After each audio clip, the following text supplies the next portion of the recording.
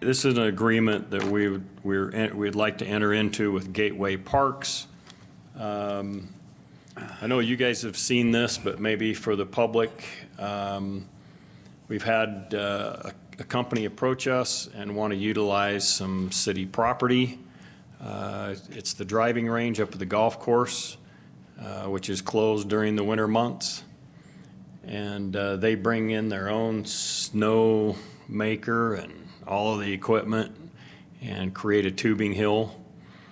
The main purpose of this is to also introduce, first of all, to make sure that people in our area have access to facilities so they don't have to drive clear up to the mountains to enjoy and get exposed to some of these winter sports. So this will be a man-made tubing hill that they will make. Also on the side, they will be introducing people to snowboarding and skiing, so that, again, the main purpose is, now this obviously is a commercial venture here, which they will charge for. They will have a website put together that will show you exactly, they'll have sessions and times that you can sign up for to have your family go enjoy this activity.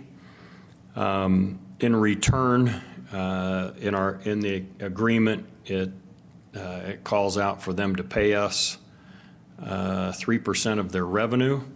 Now, this isn't their first venture. These guys have done parks up at Idaho State Park in Minnesota. They've done them across the country. So they saw our site and fell in love with the intimacy of the little driving range area, because this isn't a great big massive hill that goes on for 300 yards. It's fairly short and concise, and they mix it up. They change these runs all the time because they've got control of the snow. And so really a neat family atmosphere that we were intrigued by, that would provide a recreational opportunity for our residents and families here to be able to experience these types of things where a lot of them don't have access. So they don't have to drive an hour or 2 hours to a ski resort. We will, in a good year on the driving range, we'll make around $10,000 from November through March. So it's slow anyway. This will not interfere with golf course play. If the golf course can and will remain open, weather permitting. The driving range will not be open, however. So it won't interfere with our golf patrons if they still want to come play golf. So the golf course tends to make a substantial amount more money. I hesitate to throw any numbers out there, but we are guaranteed at least the $10,000 that we make. But I called Idaho State Parks and they made $95,000 for a season up there, just as an example, which could really help benefit our golf course to have that additional kind of revenue added to it. So I think this is a very prudent use of a piece of property that's going to be sitting idle for the most part during those winter months. And the agreement that's before you is really a one-year agreement, so it's a test drive. Let's see if we like this. Some of the parks I talked to have signed long-term agreements with these guys, so they're happy with the service that they've provided for their communities. And obviously that's what they're after here, but we've got an opportunity to test drive and see if things go well for us and for them. What questions do you have for me? So Del, you said something about introducing them to winter sports. I know that you've talked a little bit about snowboarding, skiing a little bit on part of this hill. Is that part of the paid hill? What does that look like? No, actually, it's not part of it is to the side of the paid hill.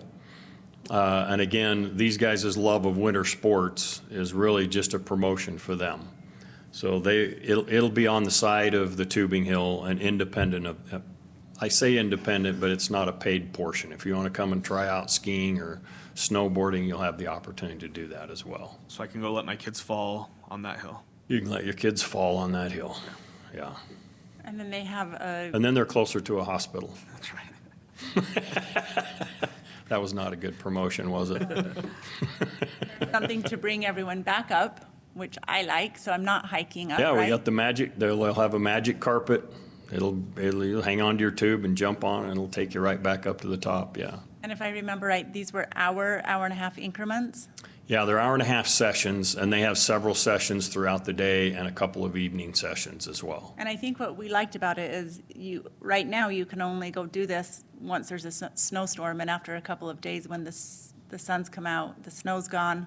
This is going to go from November to March, correct? Yes, these guys actually don't like regular snow because they can control the snow that they make better. They know how to form it and to create a different variety of hills and rides. So you may go down one slide one day, and the next day it'll be different in terms of bumps and things that they put in it. So, yeah, they like their own snow. And it will be, you noticed in the video, there's no snow in the park anywhere. So, yeah, that's the other advantage is you don't have to wait for the snow to be just right. They'll create that for you.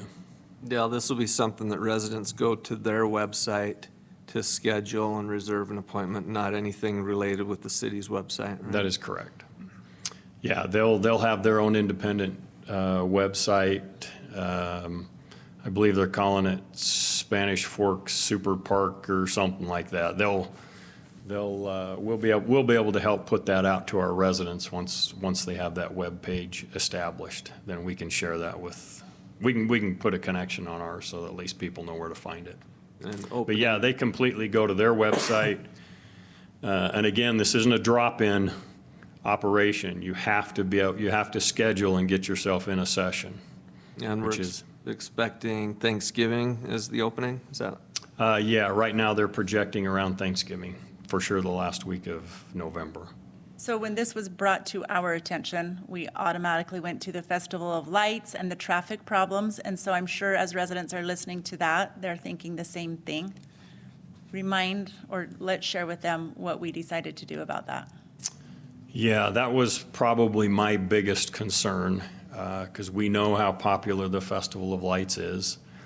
And so we talked through this with these folks, and they are certainly willing to, their evening sessions are at 5:45 and 7:30.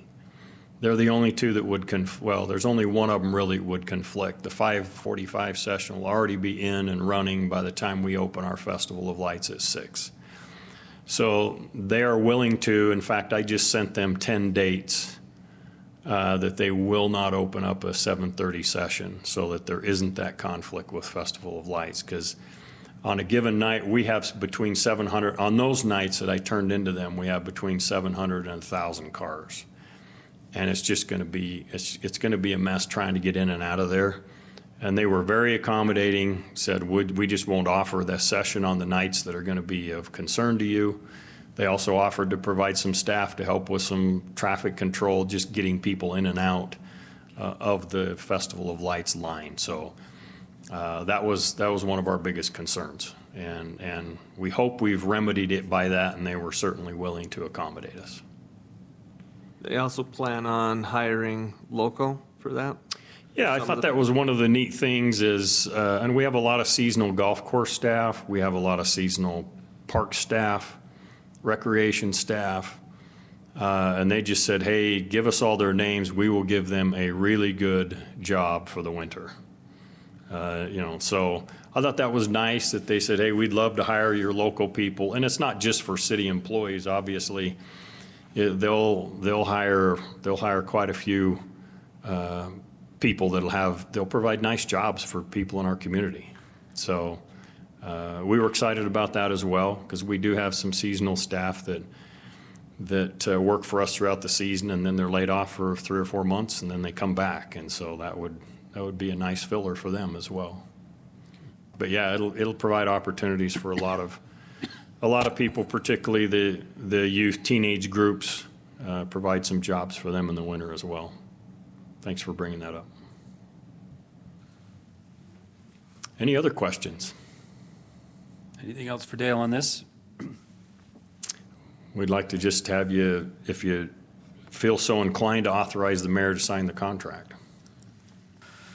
Okay, if there's no other questions, I'd entertain a motion on item B.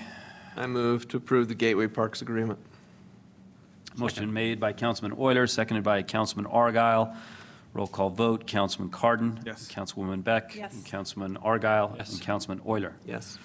Item 11B is approved.